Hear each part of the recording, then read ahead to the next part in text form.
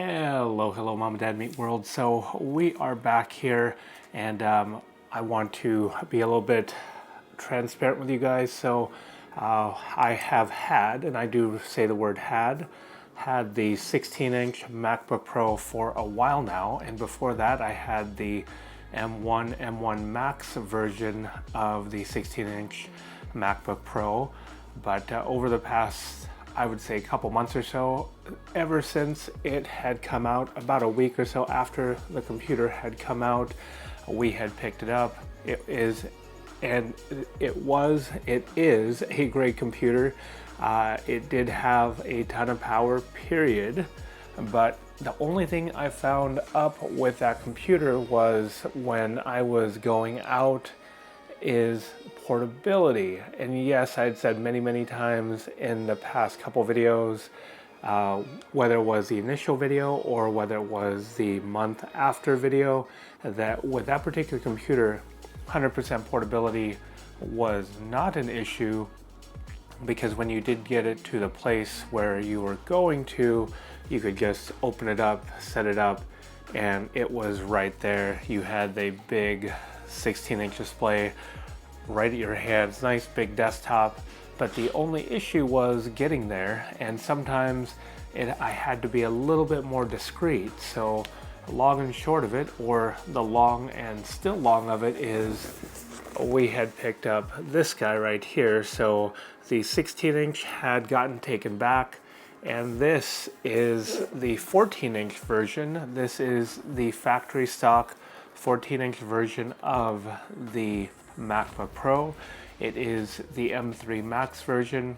It has the 14-core CPU, 30-core GPU, 1 terabyte of storage, and 36 gigs of RAM.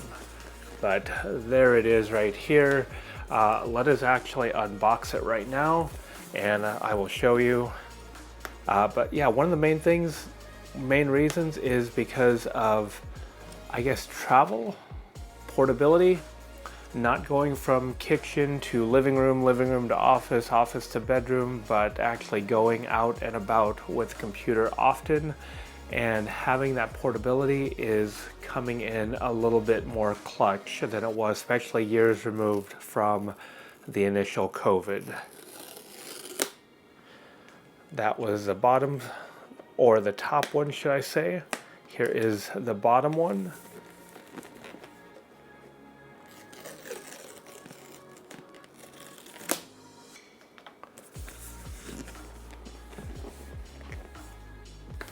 We're just going to set it down because I can't get this one-handed.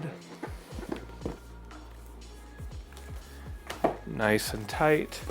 You've seen these over and over again. So, US-wise, factory spec, this does have two less CPU cores. Wow, that is pretty. Space black, much smaller. So this is, quite honestly, the first time I've ever had the 14-inch version of any of the Apple Silicon computers. And you could see right here on the back, we did show you the etched MacBook Pro. And then you've got the Apple logo right here. This feels phenomenal. Really good. Feels great in the hand. But for this version, this US version right here, factory, right off the bat, the only spec M3 you get is the bin version, and that is the bin version with the 2 less CPU cores, 10 less GPU cores. So having a 30-core GPU as opposed to a 40-core GPU.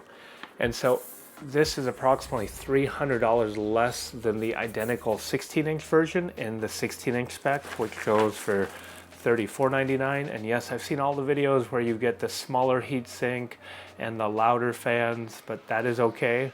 And then it is approximately $800 cheaper to get 48 gigs of memory, same hard drive, and then to go to the unbinned 16-core CPU and unbinned 40-core GPU, that is quite a few more cores for that $800 spec. And then the other thing to mention is you also get that full 400 gigabits per second memory bandwidth compared to 300 gigs per second memory bandwidth on this computer, along with the 16-inch with the same 36 gig of RAM binned CPU, binned GPU configuration. So this was the first initial video of me telling you basically why, and as you can see right here, look at this. This is going to be very, very portable, but we will see if it has that mix and balance of power and portability, like true portability. Right off the bat, this is much, much lighter than the 16. Wow, that's all I can say is wow, right off the bat. So stay tuned for more videos to come. They will be here, but hopefully you found this helpful or found it entertaining that we are now switching again from a 16 to a 14. If you did, please hit the like button. If you really liked it, hit the subscribe button. And until next time, thanks for watching. Bye for now.